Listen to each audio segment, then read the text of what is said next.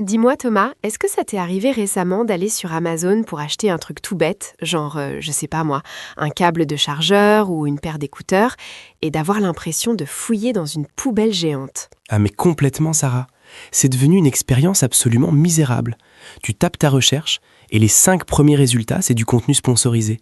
Ensuite, t'as des marques avec des noms imprononçables qui semblent avoir été générés par un chat qui marche sur un clavier, genre ZGHYU ou Kurtware, et tu ne trouves plus le produit fiable que tu cherchais au départ. C'est le chaos. C'est ça, et j'ai l'impression que c'est partout pareil. Google, c'est devenu une page de liens publicitaires où faut scroller 3 kilomètres pour trouver une vraie réponse.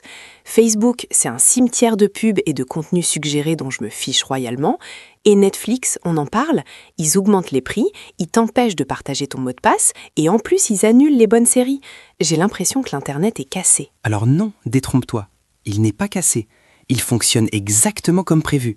Ce que tu décris là, ce sentiment de dégradation constante, ça porte un nom très précis.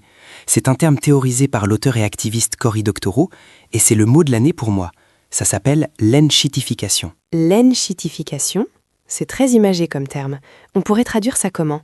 La merdification? Ouais, on peut dire ça, la merdification ou l'emmerdification programmée des plateformes. Et attention, ce n'est pas un bug, ce n'est pas une erreur de management, et ce n'est pas le fruit du hasard. C'est un cycle économique inévitable, une stratégie délibérée. C'est le stade terminal du capitalisme de plateforme. D'accord, donc tu es en train de me dire que ces boîtes rendent volontairement leurs produits nuls. Mais c'est quoi l'intérêt? Si c'est nul, je pars, c'est contre-productif, non? En théorie, oui, mais en pratique, non, parce qu'ils t'ont déjà piégé. Écoute bien, le cycle se déroule toujours en 3 étapes, c'est chirurgical. Première étape, séduire l'utilisateur. Rappelle-toi les débuts d'Uber, les courses coûtaient une misère, c'était moins cher que le métro presque. Rappelle-toi les débuts d'Amazon, ils vendaient des livres à perte. Oui, c'était l'âge d'or. Tout était beau, tout était pas cher, l'expérience utilisateur était incroyable, on se disait que la technologie allait nous sauver la vie. Exactement. À ce stade-là, la plateforme perd de l'argent, elle subventionne ton bonheur. Elle brûle du cash, souvent l'argent des investisseurs, pour créer une habitude chez toi. Le but, c'est de te rendre accro et de tuer la concurrence. Une fois que les taxis sont morts, une fois que les librairies de quartier ont fermé, on passe à l'étape 2. L'étape 2, j'imagine que c'est là que ça se corse. C'est l'étape enfermée. Une fois que t'es là, que toutes tes photos sont sur Instagram, que tous tes contacts sont sur Facebook, ou que t'as pris l'habitude de tout commander en un clic sur Amazon, le coût pour changer de crèmerie devient trop élevé. Tu ne vas pas partir. C'est vrai, je ne me vois pas transférer 10 ans de photos ailleurs. C'est la flemme totale. Voilà, c'est ce qu'on appelle le lock-in, le verrouillage. Et c'est là que la plateforme change de cible. Elle arrête de te séduire toi, l'utilisateur, et elle commence à séduire les entreprises. C'est le moment où Amazon dit aux vendeurs « Hé, regardez, j'ai tous les clients du monde, venez vendre chez moi ». C'est le moment où Google dit aux annonceurs « J'ai toute l'attention du monde, venez mettre vos pubs ». Donc là, l'expérience commence à se dégrader un peu pour nous, mais c'est le paradis pour les vendeurs. Au début, oui, mais ensuite arrive l'étape 3, la plus cynique, la plus brutale. L'étape « Tondre tout le monde ». C'est l'enshitification finale. Maintenant que les utilisateurs sont coincés et que les entreprises sont dépendantes de la plateforme pour survivre, la plateforme décide de tout garder pour elle. C'est-à-dire? Regarde Amazon. Aujourd'hui, pour qu'un vendeur soit visible, il doit payer des sommes folles en publicité à Amazon. S'il n'en paye pas, il est en page 12. Donc Amazon prend une commission énorme, plus les frais de port, plus la pub. Résultat, les produits sont plus chers et de moins bonne qualité. Et toi, l'utilisateur, tu te tapes des pages de pub déguisées en résultats de recherche. Ils exploitent le vendeur et ils exploitent l'acheteur. Ils récupèrent toute la valeur. C'est fascinant et terrifiant à la fois. C'est vrai que quand j'y pense, Google Search est l'exemple parfait. Avant, tu tapais une question, tu avais la réponse. Maintenant, tu tapes « recette gâteau au chocolat » et tu dois scroller pendant 10 minutes à travers l'histoire de la grand-mère de la blogueuse.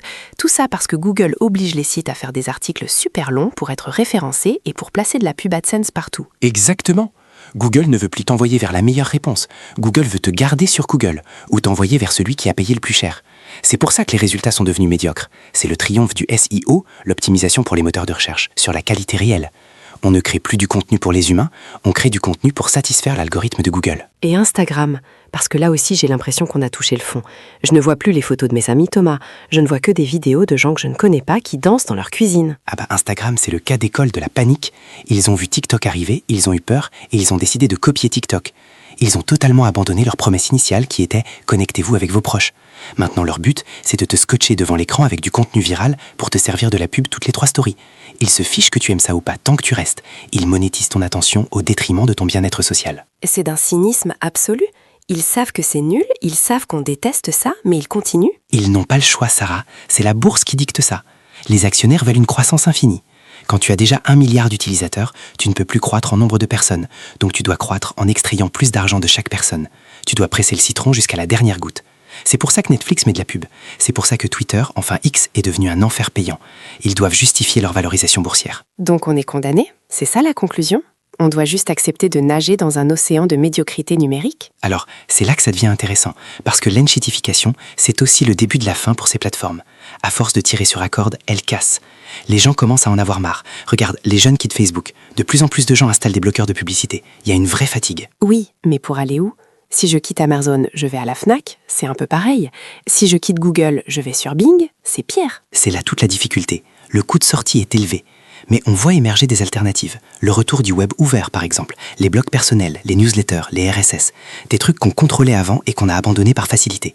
Il y a aussi le Fediverse, tu sais, Mastodon, Blue Sky, ces réseaux décentralisés où il n'y a pas d'algorithme qui décide pour toi. Oui, enfin, Mastodon, faut être ingénieur informatique pour comprendre comment s'inscrire, non? C'est pas encore très grand public. C'est vrai, l'expérience utilisateur est moins fluide, et c'est normal, parce qu'il n'y a pas des milliards de dollars derrière pour lisser l'interface et te manipuler. C'est le prix à payer pour la liberté.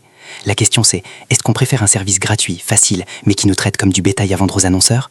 Ou est-ce qu'on est prêt à faire un peu d'effort, voire à payer directement pour des services qui nous respectent? C'est la question à 1 million de dollars. On s'est tellement habitué à la gratuité qu'on a oublié que si c'est gratuit, c'est nous le produit. Et maintenant, on n'est même plus le produit. On est la matière première qu'ils consomment jusqu'à l'os. Cory Doctorow lut très bien, ces plateformes ne sont pas des gouvernements, on ne leur doit aucune loyauté. Si Amazon devient une foire fouille, arrêtons d'acheter là-bas. Si Google ne donne plus de réponse, changeons de moteur de recherche. C'est facile à dire, Thomas, mais c'est dur à faire. On est paresseux. On n'est pas paresseux, on est conditionné. Mais le charme est rompu, c'est ça l'important. Avant, on admirait ces boîtes de la tech comme des génies bienveillants. Aujourd'hui, tout le monde voit que l'empereur est nu. Tout le monde voit que Facebook est toxique, qu'Amazon détruit le commerce. Cette prise de conscience, c'est la première étape. La red pill technologique, comme tu disais. On voit la matrice. Exactement. On voit les fils des marionnettes. Et une fois que tu as vu ça, tu ne peux plus revenir en arrière. L'enchitification, c'est la preuve que ces monopoles sont en train de mourir de leur propre voracité. Ils vont devenir tellement nuls que quelque chose d'autre va nécessairement émerger. Espérons que ce quelque chose d'autre ne se fera pas racheter par Google dans 6 mois pour recommencer le cycle. Ah bah ça, c'est l'histoire du capitalisme, Sarah. Mais en attendant, on peut toujours essayer de résister un peu. Bon, sur ces belles paroles un peu déprimantes mais lucides, merci Thomas. Je vais aller essayer de trouver une recette de cuisine dans un vieux livre en papier, tiens, pour changer. Excellente idée, pas de pub, pas de cookies, juste de la farine. Merci à tous de nous avoir écoutés et méfiez-vous de vos applis préférées. À la semaine prochaine.